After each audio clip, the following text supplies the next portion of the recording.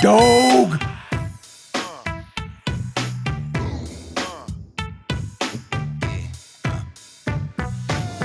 What up, everybody? Welcome to Coffee Hour with Paul. Obviously, my name is Paul Abernathy. Welcome to the show. Glad to have you here. Thanks for taking the time out of your day to join us every morning at 8 a.m. Eastern Time. I know it's early out on the West Coast, but we appreciate you folks getting up. We know that some of you are in that grind. And you know the old saying, if you're not up with the East Coast and you're on the West Coast, but you don't wake with the East Coast, then you're already behind in the day, right? So that is so true. I'm going to adjust my camera a little bit here for a second, folks, because I don't know why it's pushing me over there. Okay, anyway, thanks for joining me today. Today we have a good show. We're going to be looking at a code question that was submitted through paulabernathy.com. It was just recently submitted, but it was a good, I saw it, and Darlene says it'd be a great topic for today just to have a conversation. So what that really means is I'll answer other questions that you may have if you want to share them in the comments. I do my best to answer them if I know the answer to them or not. If I don't, we will cover them on another episode. But again, if you're new to Coffee Hour is really our getting our day started. It's not just about exam prep, right? It's not because you buy our course and this is a supplement to the course. It's not what Coffee Hour is about. It's the only show that I know of that runs Monday through Friday that talks electrical, says what's up to all of electrical followers that are out there, all of our family, our Fast Tracks family, as well as all of the people that follow us on all the social media platforms. We are on LinkedIn under my name, as well as under Electrical Code Academy. We are on YouTube under Master the NEC. Please subscribe.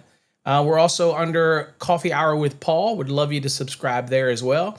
We're also on Facebook under the Master the NEC. So if you go hunting on Facebook, look for Master the NEC. That's our page. We share a lot of stuff there as well. But you can also watch directly from the mobile app on your phone if you get our free mobile app from our website. Again, you don't go to the Google store. You don't go to the Apple store. You go to our website, and the website's right there, fasttracksystem.com. Zero excuses. One click, you can watch our show directly from your mobile device. So if you're in the road, you're traveling, you're on the job site, you want to pull it up, take a break and join us every morning for Coffee Hour. Also, you get access on the app. You get access to some great blogs. We've done, a bunch of blogs on different code things, different other things, like business-related type of stuff. So there's a bunch of stuff over there as well. So make sure you get it. It's free. It doesn't cost you anything. Okay. All right. So first announcement, tomorrow we will be doing our drawing. Okay. So hopefully you join us on Friday. You'll do the drawing. And I'll give you, if you're selected, then you will get a unique email that you send your information to us so we can get that taken care of. And moving forward, that will be the unique email that we use for that application. And so, again, that's other than that, you may notice that we dropped a lot of the products from our store. We're not offering any products anymore. Sorry, we're not offering the shirts, the hats, and all that stuff. It was too much of a headache. But we are offering the engraved products, so we still have that. For example, like our engraved coasters and slate coasters and all that kind of stuff, because we make those in-house. Okay, same thing. You'll be able to get your wallets. Manny, yours is out in the mail this week, so. There's that, and of course you can do the NFC cards and all that other stuff. And we have tons of the coins available, different ones, Master, Journeyman, yada yada yada. This happens to be CMECP coins, so you can only get this one if you're a CMECP. The only way you can get this coin. All right. So anyway, enough of the salesy stuff. Today's topic, we're going to be talking about electric welders. One specific question about electric welder that was submitted. So we're going to make sure we cover that. And there is a fair amount of confusion when it comes to electric welders, when it comes to exams, right? So there are some videos out there that do a really good job. Ryan Jackson has a great video. I think he does one on welders. So I don't necessarily agree with the sizing of the conductor in his welding video. I think that's the one. But it's still a great video that explains welders, that type of thing. Yeah, we're going to be talking about it. Also, I will tell you, for those that are in the Fast Tracks program, we do explain welders in Unit 17 of your program. So depending on where you are in your Fast Tracks program, the question that was submitted to me by paulabernathy.com will actually can get answered inside of your Fast Tracks program. It's pretty simple and straightforward. Okay, so that is in there. But we're going to cover it today, and I will show you where that is in the Fast Tracks program, which leads me to another question today. I'm interested in a poll question. So I want to say, all of you out there that's watching, do me a favor. This is your opportunity. I want you to answer this question. Are you a Fast Track student? Type hashtag yes, hashtag no, or hashtag, I guess the optional one, you can't see it. Hold on here. Let's see here. You can't really see it. There we go. I got to move it up here where you can see it. Actually, the logo's in the freaking way. So you know what? Let's see here. If we can't close down that logo. Let's see here. I'm going to close down that logo. I'm going to maneuver these so you can see it. Here's the question of the day. We don't care about the logo. Y'all know who I am. Okay. Love to hear whether or not you're a Fast Track student and you join us in the morning or not. So let us know. Again, yes, no. And if you think you may become a Fast Tracks subscriber someday, then you would do option C, which would be hashtag someday. So it's either hashtag yes, hashtag no, or hashtag someday. Either way, we would love to know what the percentages are that are Fast Track students that come and join us for these coffee hours. Those type of things. Fast Track student meaning you subscribe to one of our programs. Okay, not the Fast Tracks 2, not just the coffee hour, but you actually have a course of ours. That type of thing. Okay. All right. That is the poll. Also, again, getting your spin. We're in the third quarter. We'll be doing that at the end of the show, getting you in the list. And then, of course, today's show is sponsored by TradeHog. TradeHog is one of the question locations where you can actually go ask it code questions, even exam prep type questions, and all those type of things. Feel free to use TradeHog for that. It is the only trade-specific AI model out there where we constantly are training it to be for electrical codes, building codes, mechanical codes, all that kind of other good stuff. Okay. Hey, look, we got a heavy, even mix so far. We have a lot of students in here, and we have a lot of them that are not any students. That type of thing. Okay. All right. Maybe you'll consider to become a student. Now, if you aren't studying for an electrical exam, remember we have a program called Mastering the NEC, which is like having a code expert in your pocket. It doesn't expire. You can use a feature where you can post questions. It's the Fast Tracks Interact. So best investment, it's like having me in your pocket at all times. Okay, that type of thing. All right. And also with that said, we did answer some questions yesterday over on Fast Tracks Interact. So if you have a question that's posted that you're waiting for an answer, it has been answered. So make sure you go over and check out the Fast Tracks Interact, whichever course you're in. And remember that the Fast Tracks Interact is not just for the exam prep. It's also part of Mastering the NEC, that program as well. Again, like I said, you can use it as a consultant. Don't tell my paid consultants this. They don't want to hear that. But you can use it as that. So pretty neat feature. So thank you all for being a part of the family, that type of thing. Now, okay, so now let's go on and get into what we're talking about. First of all, I want to do some shout outs while y'all are voting. If you're new in here, again, please read this and let us know whether or not you're a student or not. What I'm going to do now is just do some shout outs to some students, some members, some people that join us here. And before we get into today's topic, which again is going to talk about electric welders. Also, I am making an effort to keep these shows, okay? Keep these shows to 1 hour. I said I was going to try to do that. So let me get through these real quick. So if I forget your name or don't put your name up there, please know that I appreciate you coming here. Also, by the way, we are still behind the scenes over on TikTok. So if you want to watch us over on TikTok behind the scenes, you want to see me spill my coffee or work the keyboard or whatever, or just see what's behind the scenes, look at my fat gut, whatever. You can do it over on TikTok if you want. Okay, so Adam, thank you for joining us. Everybody's have safe and well. I hope we all are. But thanks for joining us, Adam. Let's see. Marlon's in the house. Marlon says, good morning. Good morning to you, sir. Glad to have you here. CMECP, Mr. Yingling is in the house. Good morning. Okay. Welders, cool. Hey, it's just a simple welder question today. I ain't going to get that deep into it. I only got 1 hour, and y'all know me. But we are going to answer that question. What's up? Craig, good morning from Nashville. Let's see. David is in the house. David, I did get notice that you should be getting your mug today. And David, I can officially say, will be the last person that actually gets any of that merch, that type of thing. So congratulations, David. Yours should be coming today. What's up, Christopher? Thanks for joining us. #win. What's up, Paul? Glad to have you here from Houston. Also, Paul called me yesterday. Remind you folks that we are doing the motors webinar. If you signed up for it, it's will be available over on Fast Tracks Tube only through the webinar link. So you have to be a member of Fast Tracks Tube to be able to watch the webinar tomorrow. Okay, so it's not open to everybody, right? That type of thing. So you have to be a member of Fast Tracks Tube or Fast Tracks Enhanced, and you obviously get access to Fast Tracks Tube. Okay, so it's a very special webinar for those members. Let's see here. What's up, Adam? 5 a.m. Still worth it to get up to learn. Glad you're here, Adam. What's up, dog? Woo, woo, woo, woo. Red Big dog. Thanks for joining us. Glad to have you here. Okay, Rob. Good morning. Glad to have you here. Welcome. Watching us over on the Tube, Fast Tracks Tube. Let's see here. Another CMECP is in the house. Jason, glad to have you here, Jason. Thanks for being a part of the family, part of the CMECP family, and joining us here in the morning. What's up, Manny?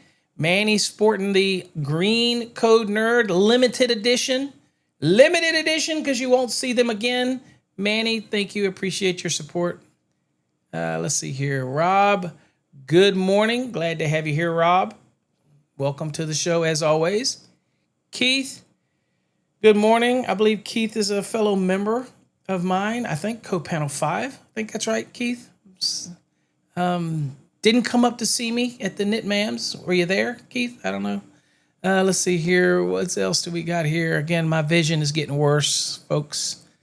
Van Man says, happy Thursday, everyone. Paul, I'm considering getting Tennessee LLE license. I can do projects up to 25K. I got to post that again, Van, because it went away too quick. Small business residential. Max may be perfect for me. What are our thoughts? Hey, whether you use it or not, get it. At the end of the day, it's knowledge is always king. Certifications, licenses. I tell people collect them like they're tokens because they all mean that you're really pushing forward and always expanding yourself. So I'm all for all types of training, ICC training, everything. I am a kind of guy that believes that you just have to totally consume knowledge as much as you can. And, some of it you'll forget, but our brain is like this beaker of fluid, right? I like this analogy, but over time it evaporates or we lose thought because if you don't use it, you lose it. So you're constantly refilling it. It doesn't mean when you see something and you think to yourself, God, I should know that. You probably did know it and you just probably forgot it and you just need a refresher, that type of thing. So again, I'm a big believer, constantly learn, keep going. So yes, I think it can help you and take your business wherever you want to take it. What's up, Edward? Glad to have you here. Keith says no, it's not in our program. Okay. I see some no's down there. Let's see. Marlon says, and I wish I could make a question hold, but questions for confirmation. My son has been working with me since, I got to do this again, too short of a time. Worked with me since he's been 6, now 22. He asks, which current flow is more dangerous, DC or AC current? Well, I think that they both can be dangerous, but obviously alternating current can be more dangerous, as made evident by the efforts of Thomas Edison years ago when he was in the current wars, and obviously direct current, because it's, there is occasion where direct current doesn't let go because it's direct current and it's always on, versus alternating current, which has that break at the sinusoidal midpoint. At the end of the day, as far as being dangerous, they both are dangerous, both garner respect. But in the reality, alternating current, because the frequency at 60 hertz is much closer to the signaling that goes to the brain, and because it's so vastly used throughout the industry in everything, that it's inherently going to always be more dangerous, that type of thing. But I encourage, this is a great time for me to encourage your son to go back and watch or Google it and watch the history of the current wars between Thomas Edison and Nikola Tesla. It's always a great watch. There's some great videos over on YouTube on that. And again, always great to watch. But they're both dangerous. They're both covered in the National Electrical Code, which is a minimum safety standard. It's just based on the use and full scope, and because of the frequency and all of that type of stuff, AC is inherently going to be more dangerous in that application. Okay. All right. Let's see, what else do we got? Do I have the right glasses on? Yeah, I do. How come I can't see this morning? Is the diabetes getting worse? Maybe. What's up, Frank? Good morning. I see you, Poppy. It looks like with the poll, it looks like we have more people that are not a fast track student than we are fast track student. It's almost an even mix. Okay, we have no red in there. Nobody's saying hashtag someday. Okay, so we must not have any apprentices in there. Let's see, what's up, Mike? Good morning. Again, folks, be sure to vote in the poll this morning. Okay, are you a student or not? Do you have one of our programs? Let's see here. I told him DC, but it really doesn't matter because it takes less than an amp to kill. Absolutely. So a DC is not as dangerous in the scope of the frequency and how it interacts with the brain and the touch potentials and all that kind of stuff. And then usually DC usually has a very limited driver, right? 12 volts and again, all those type of things. But you can do the Ohm's law. You can do all this and see how they compare. But my reality, again, is I will always say AC is inherently, because of its hertz, because of its everything, it's more dangerous because it is more used in applications where we can come in contact and there's higher voltages. And again, voltages doesn't matter as much except for the potential. But very rarely with DC, unless you're dealing with something like really big DC batteries or something like that, which can hurt you. Okay, so they're both dangerous. Respect them both, but AC current is going to be more dangerous. And again, go back and watch the current wars where Thomas Edison decided he wanted to demonstrate the difference and what he did to those poor animals. Okay, just go watch that. Let's see, what else do we got here? There you go, Keith. I thought so. Yep, you're on CMP5. You were there, but you missed me. Too busy standing and sitting and voting. Yeah, because the nifty little voting machines. This is like the second cycle that nothing's worked. It was these tablets, and they were screwed up. Now we had these little remotes. I knew when I saw the little remotes, I was like, this will be too good to be true. And sure enough, they didn't work worth crap. So yeah, it was funny. I'm lost, Marlon. I gave you my opinion. If you think DC is worse, that's fine too. Everybody's entitled to it. I don't think DC is worse. My opinion, AC. But what's up, Petey? Good morning. Glad to have you here. Let's see here. Who else? Let me see what I got here. Okay. Poppy. Good morning. Glad to have you here. Okay. So if you have any code questions that we can really kind of target, bring it in. We will try to answer some of those. But today we're going to talk a little bit about electric welders because that was the question that was asked. And so what I need to do here is I'm going to go on and get rid of this poll real quick so that we can get back to reality here. And let me get my other stuff back up on here. Okay. All right.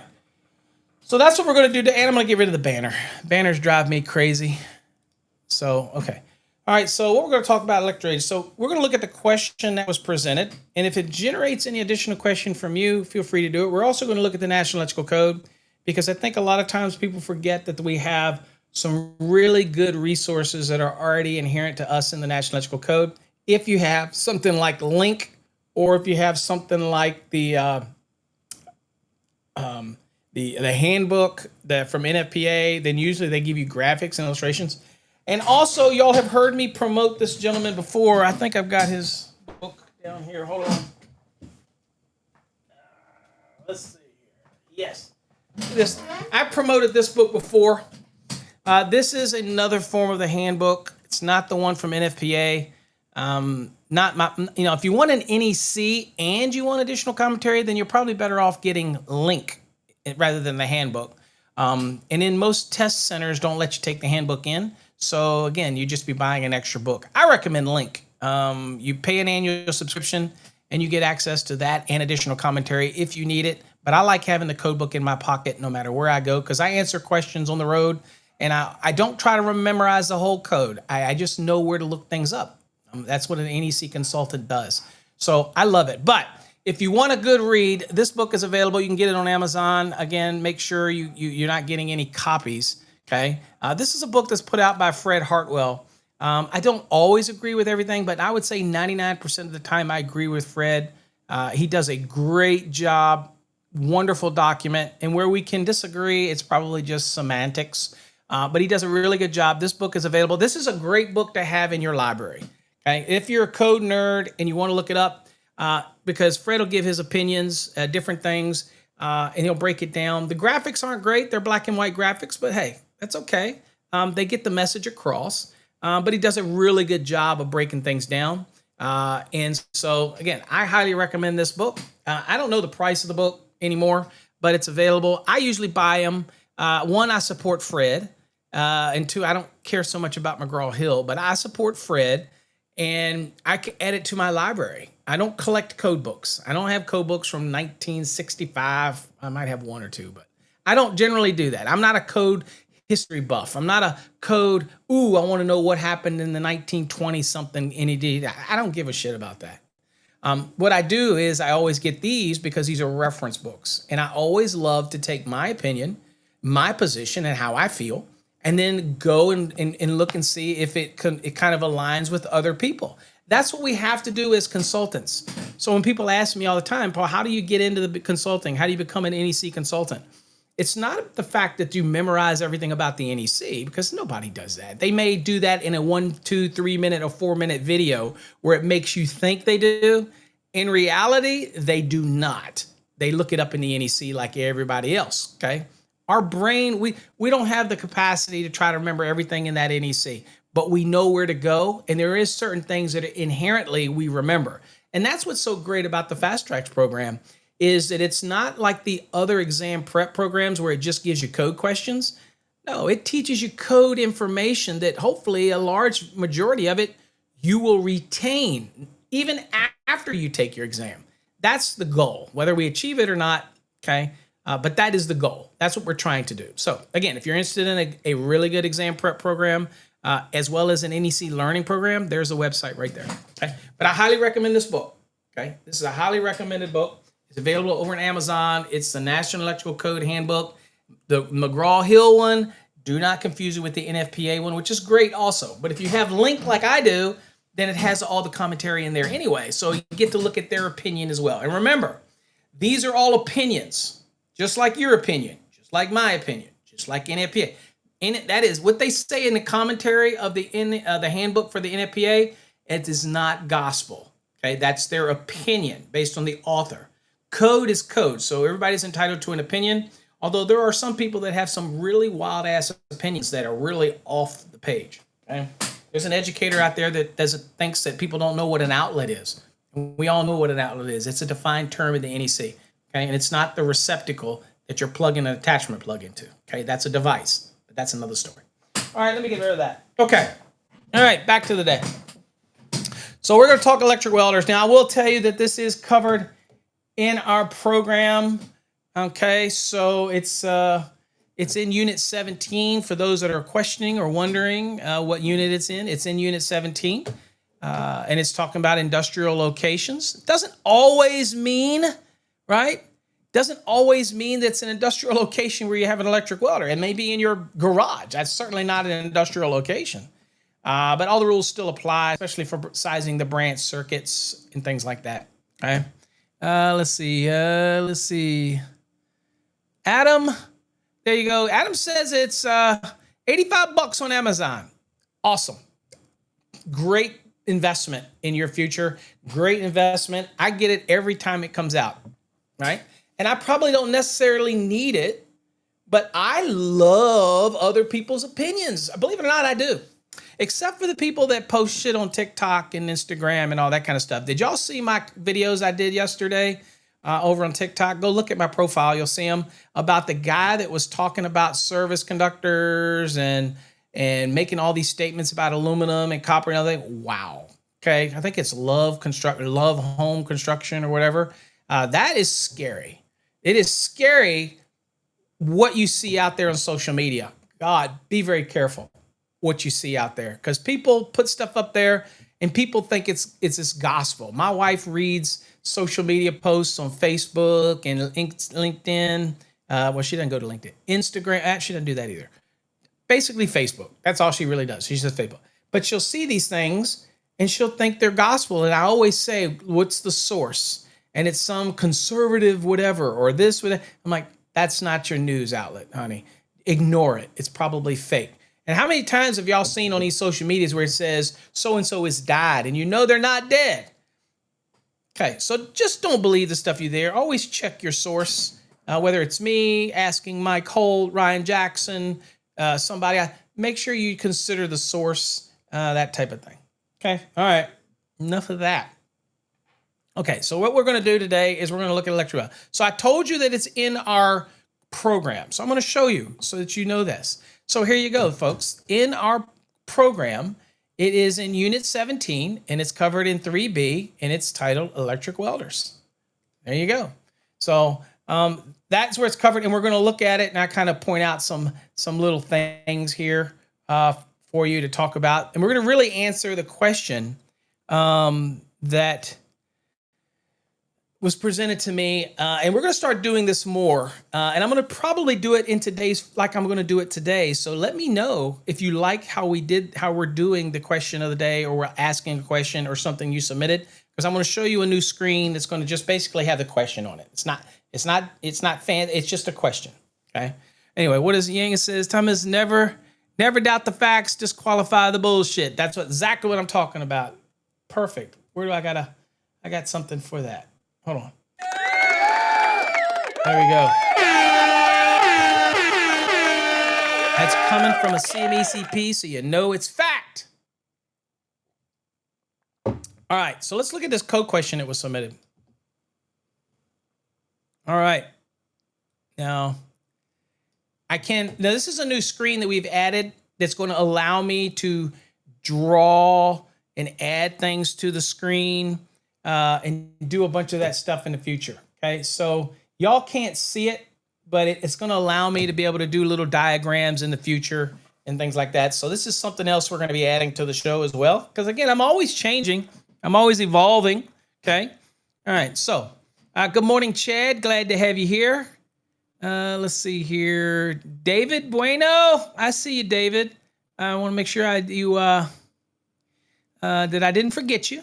Let's see. Anybody else that I forget? Nope. Looks like I'm good. Okay, I got everybody. Okay. Again, thank you all for joining us. So here was the question that was submitted that they said was on an electrical exam. So we'll kind of break this down. It says an AC welder, and we're going to assume that he's talking about an arc welder rather than a resistant welder. We'll talk about those in another time. Not dramatically different. The only different with the resistant welders is depending on whether it's an automatic feed or a manual feed. And then your percentages, whether it's 70% or 50%, and then you got things to follow. A little different. But here, we're just going to talk about plain old AC, typical arc welder, that type of thing, okay? Now, all of this is basically made up of transformers, if you will. It's stepping up different types of levels of current and all this kind of stuff that's built into these welders, if you will. But here's a question. It says, an AC welder, we'll just say arc welder, has a 100 ampere and a 50% duty cycle. So we'll assume this 100 ampere is maybe the I1 max, or maybe it doesn't have the I1 max. We'll see that in a minute.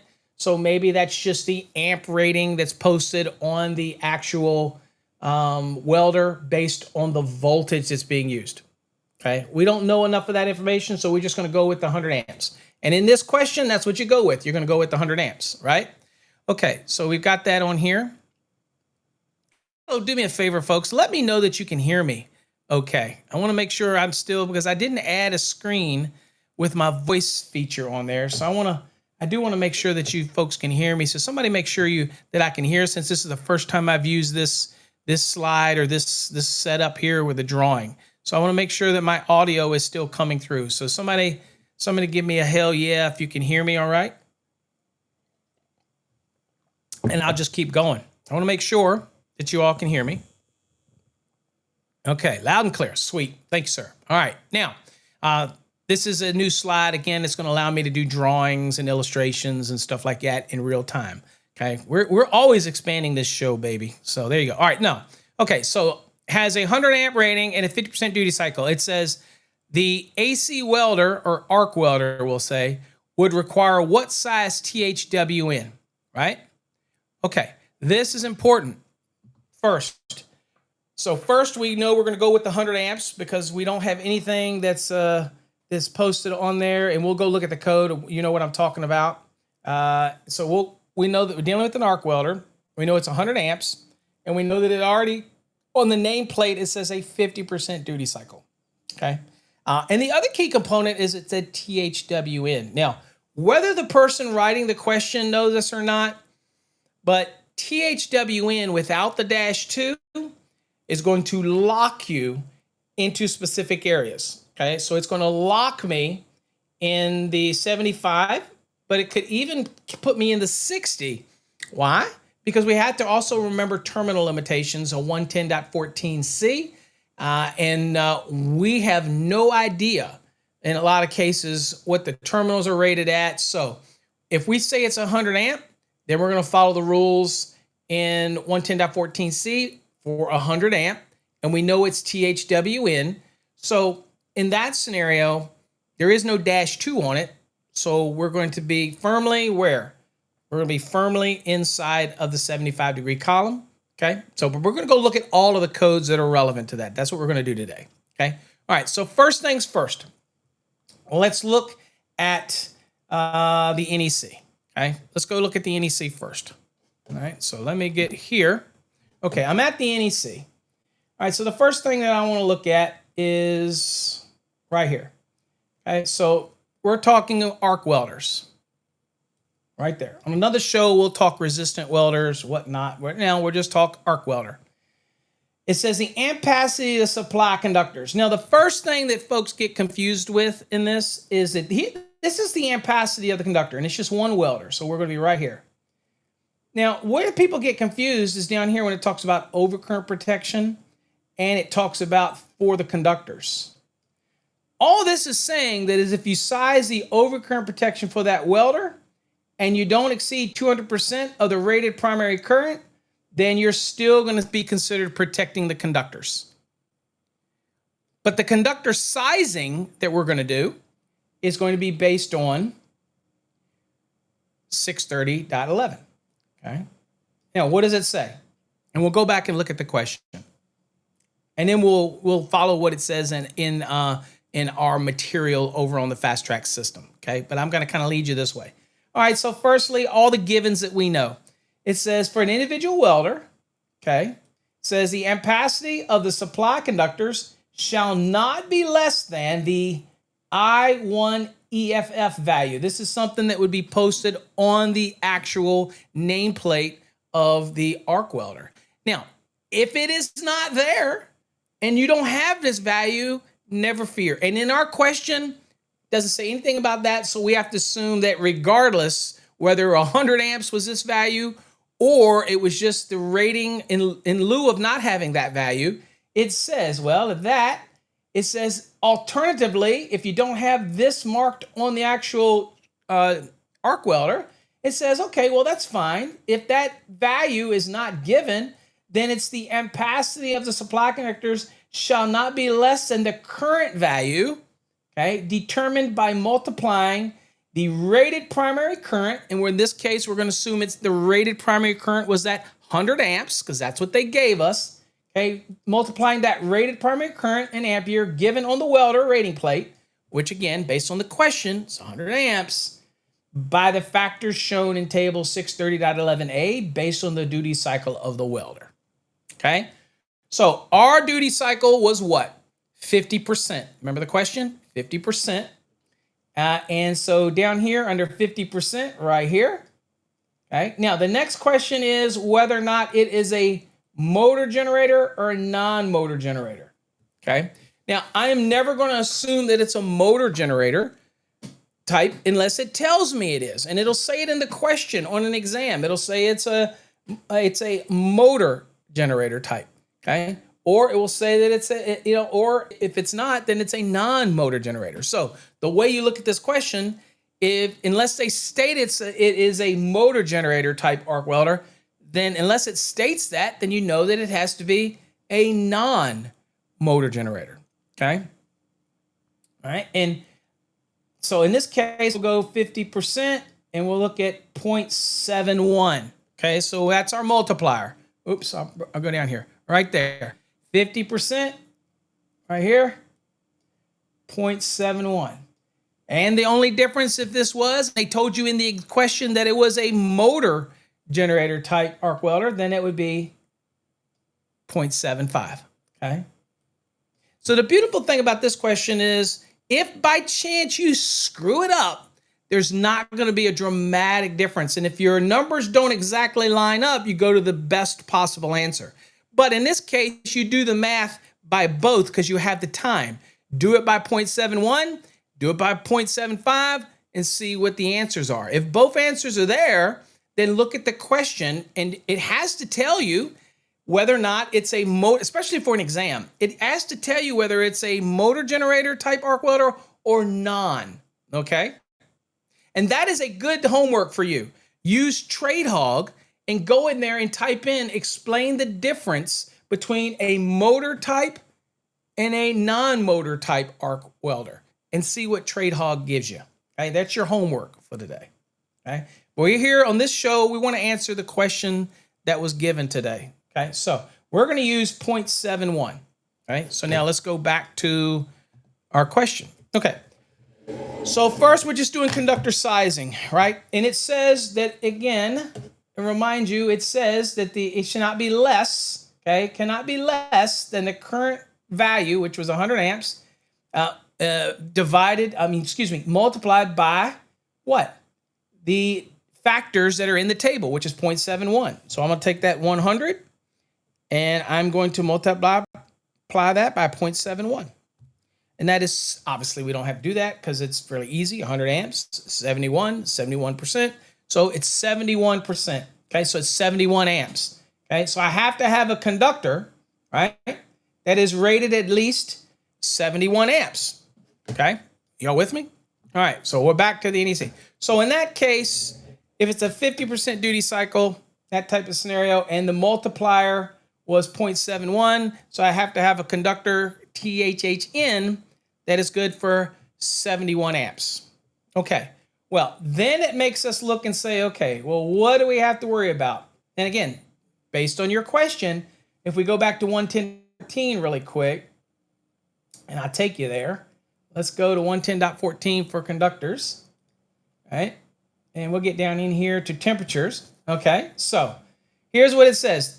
Temperature limitations. It says the temperature rating associated with the ampacity of a conductor shall be selected and coordinated so as not to exceed the lowest temperature rating of any corrected termination conductor or device.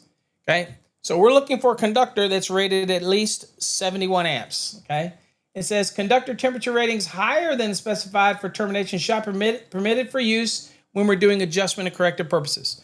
Okay, we didn't have any of that here. There was no talk about ambient temperature. There was no talk about number of current carrying conductors. End of the day, we need a 71 amp rated conductor. Okay, now, here's what we're looking at. First, if it is termination provisions of equipment were rated 100 amperes or less, or marked 14 through 1, shall be used only for one of the following. So we're going to use a 60-degree column unless, listen to me now, listen, focus, unless we know that the welder's terminations at the panel where the branch circuit is are going to be at least 75, and we know they are. The wire that we're using is THWN. We know that's at least 75. We know it is. And then we have to know what the terminations are at the welder. And probably going to be at least 75. But we don't know that in this question, right?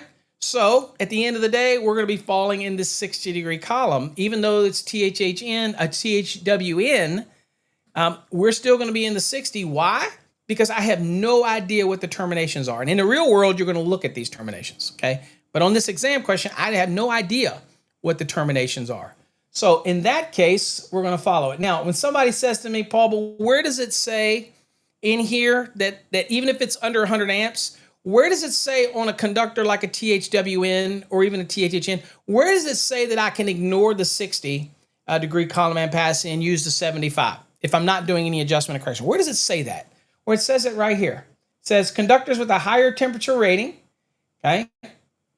If the equipment is listed and identified for use with such conductors. So that means if the breaker's rated 75, the lugs on the arc welder are rated 75, the wire's rated at least 75, guess what? If that's the case, I can ignore all of this and use this 75 degree column. That's what this says. Now remember, that does not apply to non-metallic sheathed cable, okay? That does not apply to SE cable where it is 10 gauge and smaller, okay? This is like for any type of single insulated conductors that would go in raceways. This is applicable, for example, to MC cable, tray cable, things like that, okay? Not non-metallic sheathed cable, which again, under 334.80 is gonna have its own rules. So please keep that in mind when we talk about these type of things. Now, if any of that confuses you, and we haven't even gone to look for the conductor for 71 amps yet, but if any of that confuses you, you gotta go watch my video on derating demystified. You really do. Because that video, we get into conductor ampacity adjustments, explaining the conductors, explaining that there's 3 different elements here. There's the termination at the breaker, there's the termination at the equipment, and then you've got the conductor, which is a whole different element that's a span. And you have to take all of these points into consideration, right? All of that stuff has to be taken into consideration. Please go watch that video if you're a Fast Tracks Tube subscriber or you're one of our Fast Tracks Enhanced. That is going to be a great video for you to go watch. It used to be on YouTube, but it's no longer on YouTube anymore, I don't believe. Okay. All right. So anyway, that's where we're at. And so in our question, just so we can recap, it doesn't say anything about the terminations. So we're going to be stuck to we're going to be using, even though we got THWN, we're going to be using the 60 degree column for our ampacity simply because of the lack of information that we have here. Now remember, in the real world, you're probably going to have these lug ratings and all this stuff. So you may be able to use the 75, but we don't have that here. So we can't do it. All right, so let's go to the NEC. And let's go on and go to our ampacity real quick. Let's see here, 310/16. Let's look it up. All right, here's 310/16. I will get this down. We will blow this up, make this a little bit bigger. We'll pin the head. Okay, so here's what we've got. So we're going to be stuck under the under the 60. And that is because we don't know anything about the terminations. Remember, if we did know that all the terminations are 75, and because the insulation is rated at least 75, then we would be pulling under this column. But we don't know that based on the question. So we're stuck under this column based on the question. Also brings me to a good point. A lot of people say, Paul, how do I train myself to get better at this? Well, change the variables. Take that exact same question that the gentleman submitted and now say that the terminals are rated 75. Okay? Those type of scenarios. And always change the elements around and ask your question. When you do load calculations, and if you're in our program, for example, and you have these load calcs, redo the load calc again. Just change the numbers. Change the variables. You don't need to ask us for more examples. You've got tons of infinite examples. All you do is change the elements around. That's all. That type of thing. Okay? Just wanted to do that because I do get people that ask those questions. All right, let's go back to the NEC. All right, so under this one, I need a conductor that's good for 71 amps. Obviously, this is 70 amps at a 4. No bueno. It's going to have to be a 3 gauge. 85 amps is what we're going to need, okay? All right, so 85 amps. That's the conductor's ampacity, okay? All right, so it would be a 3 gauge for that question, okay? So for this question here, the minimum size would be a 3 gauge based on what is given to us in the question. That's the conductor size. Okay. Now, let's talk about what our Fast Tracks program says about all this.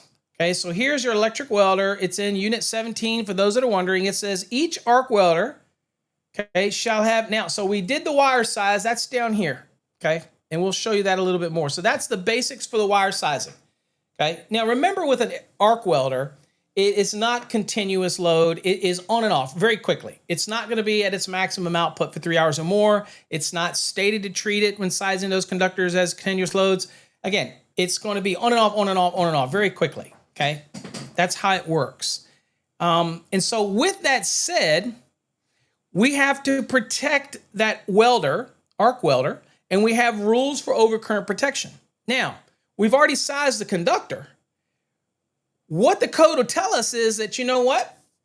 As long as you don't size your arc welder more than 200% of the rated primary current, okay, then we will say that the conductor obviously has less ampacity than what the overcurrent protective device could be rated at, up to 200%, right?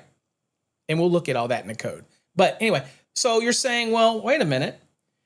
Is my conductor still protected? And some people say, no, when you do that, and one of the videos online says, oh, if that overcurrent protection for that welder can be up to 200% of the primary current rating, then you got to increase the size of the conductors. No, as long as you don't exceed the 200%. Now, where do we get this deviation in overcurrent protection of conductors? Do y'all remember where we get that at? I'll show you, just so you know. I'll take you back. I'll take you there. The question is, should I have stated whether it's copper or aluminum? It doesn't matter. A lot of people get very confused on that one as well. Remember, the question, you always want to assume copper. That's the way it works on exams. Always assume copper. It says that in the very beginning of the code book. Always assume copper unless stated otherwise. So if I get a question like that that doesn't say whether it's copper or aluminum, I'm going to always default to copper. Always. Now, in the real world, you know, it's whichever you want to buy. And you just make sure you select a conductor that can handle it. Again, people out there, great point that you bring up, David. And I'm going to kind of go on the little soapbox real quick. People love copper. I love copper. But today's aluminum works just as good. It may have to be a little larger. Okay. You have to be very careful about your torquing rules. But at the end of the day, the difference between copper and aluminum is copper has one electron in the outer valence shell that it has to cast off. That's why you apply voltage, which is pressure, and that moves those electrons. That's why it's more current carrying ability, because it has less electrons it has to move out of its outer orbit.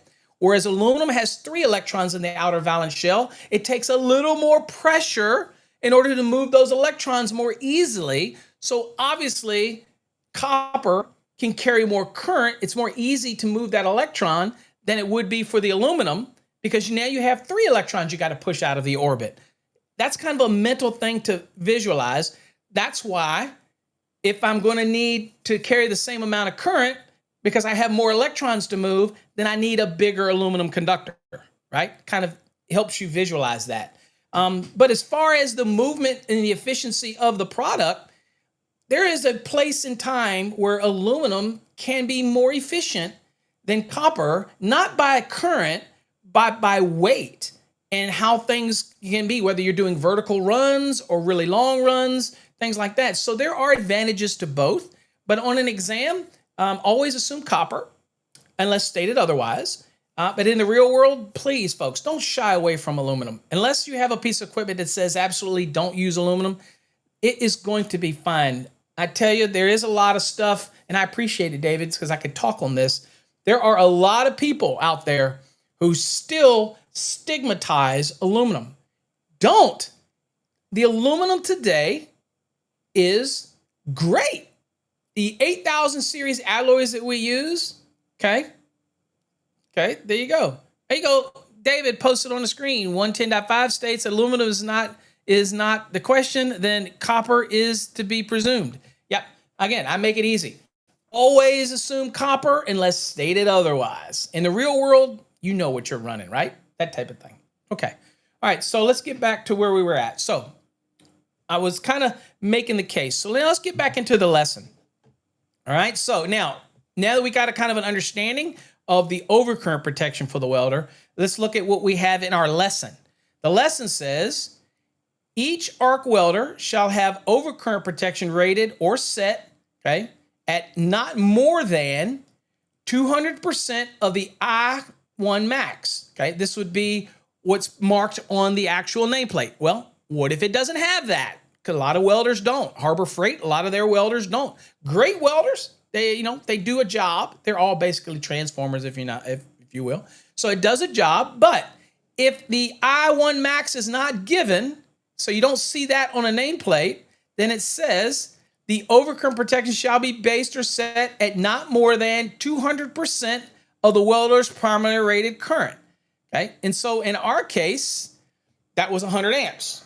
In our question, that was 100 amps. Okay, so that's where it covers from that. Now, it says an overcurrent device is not required for an arc welder having supply conductors protected by an overcurrent device rated or set at no more than 200 amps or the welder's primary rated current. So what that means is I don't need an additional overcurrent protection at the welder if the breaker that's supplying the conductors does not exceed 200% of, in our case, the current rating of the transformer, which is the example we gave was 100 amps. So 200 amps. So you could have example where the overcurrent protected device is 200 amps, okay?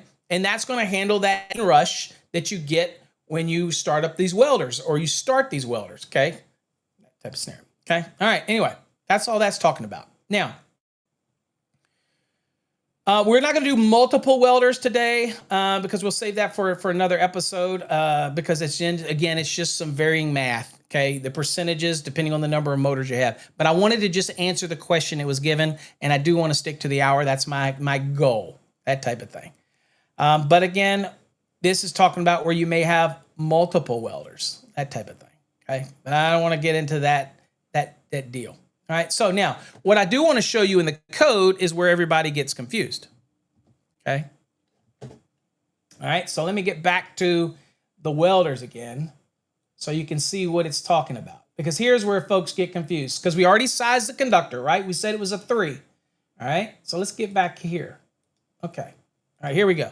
So here was the ampacity of the conductor. We already sized that. We already applied the demand. We said that it was 71 amps. We went and we saw that we needed to go all the way to a 3, okay?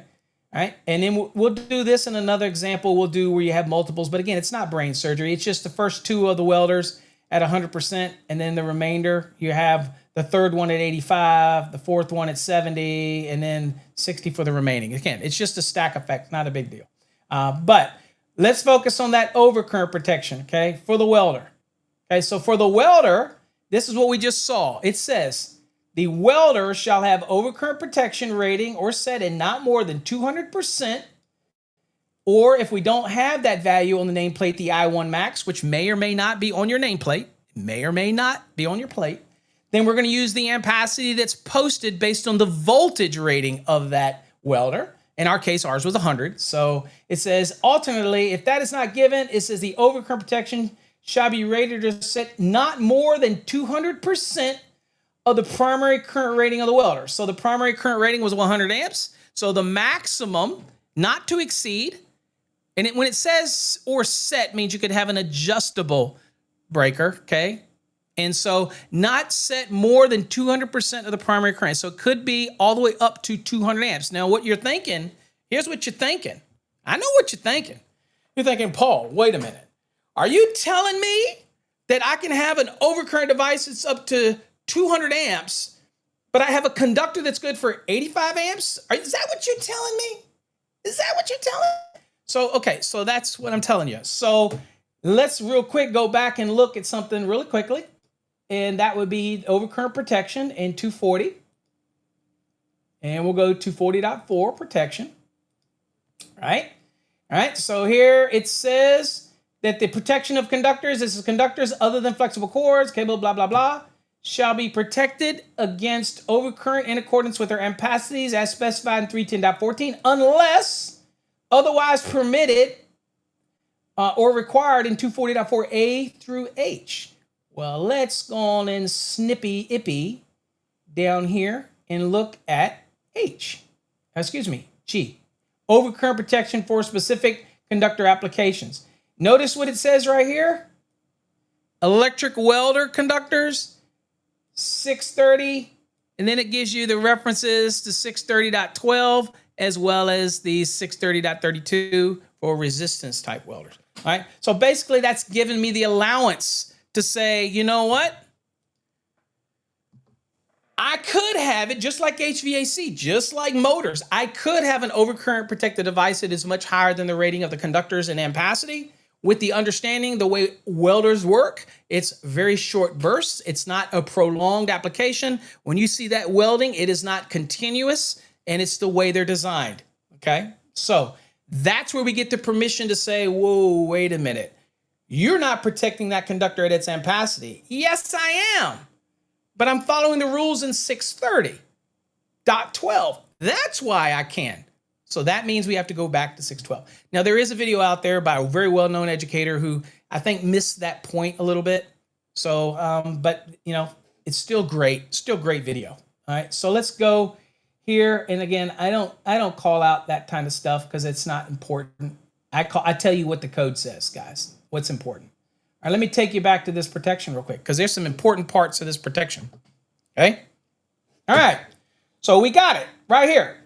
So the overcurrent protection is not more than 200%. Now, it also reminds us that the overcurrent device shall not be required for the welder that supply conductors are protected by an overcurrent device rated or set at not more than 200%. So that's your breaker back at the panel. You don't need any additional overcurrent protection at the welder, okay?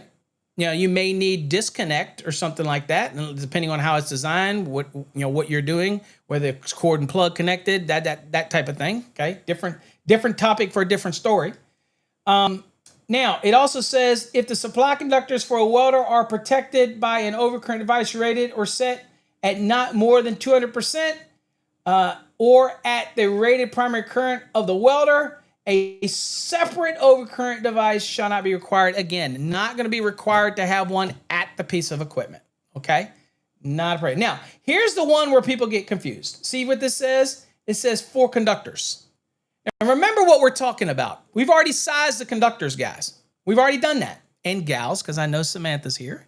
We've already sized it. All this is saying is, look, if you do this overcurrent protection, since you already sized the conductor we said was a 3 gauge, it was 85 amps. If you do this and you're protecting the welder, those conductors will also be protected because here's what it says. It says conductors that supply one or more welders shall be protected by an overcurrent device rating or setting not more than 200% of the conductor's ampacity. All right. So remember what the conductor's ampacity was, all right? So the conductor's ampacity was 85 amps. Times 2. What does that tell us? Well, that tells us that these conductors shall be protected if that overcurrent device is not more than 200%, okay, of the conductor's ampacity. Okay, so if I took that 85 times 200%, that is 170. What's the problem here? Well, then we're a problem. We could go up to 200%, but at that point, it wouldn't protect the conductors. And I think that's what the educator was trying to say. So in this case, since our conductors, since the overcurrent is going to exceed it by 200% of its ampacity, right? Then it means that we probably have to do what? We're going to have to change our conductor sizes so that it is not more than 200, that the overcurrent device is not more than 200% of the ampacity rating that we're utilizing of those conductors. In our case, we're utilizing the ampacity rating of that was what we did under the 60-degree column, okay? And there's some note here. That's just extra information. So what's interesting is we have an illustration to show you and kind of bring it into play. Also, remember that you do not have to go up to 200%. It says that's the max setting. Doesn't mean you have to, okay? Okay, so you might drop it back down, and that way you're still going to be fine. You don't need to go up to 200%, but you also would protect those conductors if you stuck to the 170 amps or whatever device that's available. And so we would go to, let's see here. Let's see what gives us 170. Go back to the code. 240.6. Say we don't want to do anything. We like the conductors that we chose, and we want to see if it works. So we can go to 240.6, and let's see what we got here. 240.6 right here. All right, what do we got? Let me blow this up for you. Okay. All right, so we said 170. So there's 175. That's not going to work. Okay. So we could put it on a 150, right? And that would be fine. And that would be more than adequate to protect those conductors. Okay. All right. May or may not hold the arc welder, right? But I think in most cases it probably will. But what I wanted to show you is this is how you play this, depending on whether you may have to bump up the size of your conductors or not, by making sure that they do get provided with overcurrent protection. Okay, so just remember the overcurrent protection can be up to 200% to protect the arc welder, right? The conductors have to be protected as well. You know what size you need as a starting point, right? We sized it 630.11a. Now what it's saying in 630.12 is saying, okay, those conductors are still considered protected as long as it's not more than the ampacity or the overcurrent protection is not more than 200%, okay, of the ampacity rating of the conductor. All right. So in this case, we would drop it down to 150. Perfectly fine. We could use the conductors we started out with, 3 gauge, perfectly fine. Everything would be fine. Also, by the way, you can find non-standard breakers. So you might be able to find breakers that are even higher than 150. You might be able to find a 160, a 165. They're non-standard, okay? But you can, they're out there, that type of scenario. All right, where was I at here? Let's go back. Let me go back real quick because I'm coming up on the hour. I'm a little over the hour. Oh, we have a congratulations? What's going on? Congratulations, everyone who passed their test yesterday. I was one of them. Congratulations. That pep talk got you through it, my friend. Congratulations. Great feeling, isn't it? It's an amazing feeling to achieve something like that. And that's why I tell you, folks, if you're out there and you're not taking exams and you've never taken exams and things like that, it's a great feeling to pass, okay? All right. So again, hopefully you learned something in today's episode. Let's go on and give some stuff away real quick. And hopefully I answered your question to the person that submitted it. Appreciate all of you. I went a little over today, only 4 minutes. I'm getting better, right? So join us tomorrow where we're going to do the drawing and we're going to do some giveaways and we'll have an email address to send your information. It'll be much easier and simpler than last time. And we'll streamline it. Again, I appreciate all of you taking the time. Hopefully you got something out of this today. You understand where I'm going with all this. But remember, it is in our Fast Tracks program. It is in Unit 17. So if you want to get in a good NEC learning program, there is nothing better than our Fast Tracks program. Plus, you get to ask me questions using the Interact feature, and I'll answer anything I can for you. Next time, folks, stay safe. God bless, and we'll see you tomorrow on Coffee Hour.